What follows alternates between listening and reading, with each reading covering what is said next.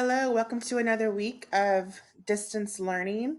This week's story is The Secret Keepers. This is in your HMH MyBook on page 279.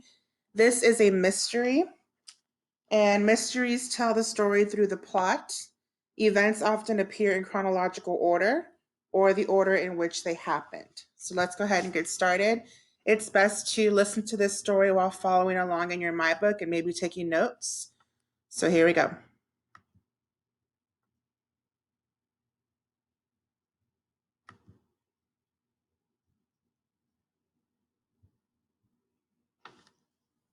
While exploring an alley in his neighborhood, 11-year-old Reuben Pedley has found an unusual-looking pocket watch and an old key carefully hidden long ago in a brick wall.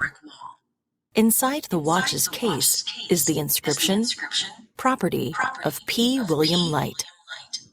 Reuben has shown it to a watch expert named Mrs. Genevieve, who believes that this is not an ordinary watch for telling time. She's told Reuben that a mysterious figure known as the Smoke, who secretly rules the city, has been trying to find this watch for many years. So the watch had a secret.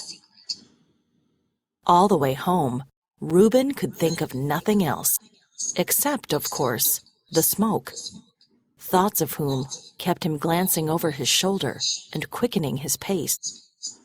He took the stairs in his building at such a rate he was left gasping for breath as he staggered down the hallway to his apartment. Never had its musty, dusky interior felt so welcoming, nor had he ever been so quick to lock the door behind him.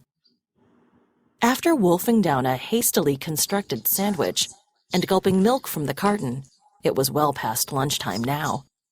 Reuben hurried into his bedroom and opened his backpack. He was going to figure this out. In moments, he had the watch in his hand and an eye on his alarm clock. He wound up the watch. After 15 minutes, it stopped ticking. He tried again with the same result. A watch that had to be wound every 15 minutes was ridiculously impractical. So, of course, Mrs. Genevieve was right.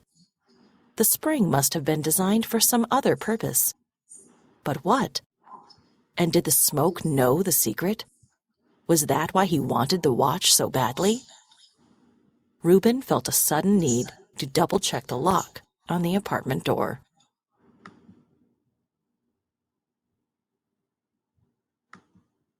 He came back and dragged the old cardboard box of toys from his closet. He hadn't opened it even once since they moved here, but he was pretty sure he still had a wind-up toy robot. Sure enough, he found it at the bottom of the box, among a jumble of action figures. He wound it up and set it on the threadbare carpet. The robot managed a couple of awkward steps with its block-like feet before toppling over. Reuben remembered why he'd never been fond of this toy. It always ended up that way, with its feet churning uselessly, like a beetle on its back. His plan had been to pry it open and study how its spring mechanism worked. But as he dug through the box looking for something to use as a prying tool, he came upon an old jack-in-the-box and had a sudden inspiration. Mrs. Genevieve had seen no way to open the watch from the outside. But what if something made it open up from the inside? What if it was like the jack-in-the-box, which opened unpredictably when you turned its crank? Maybe there was something valuable inside the watch case, and the only way to get to it was to set the watch to a certain time and then wind it up, rather like the combination lock on a safe. Why not? The more Reuben thought about it, the more convinced he felt he was right. He jammed the cardboard box into the closet and sat down on his bed.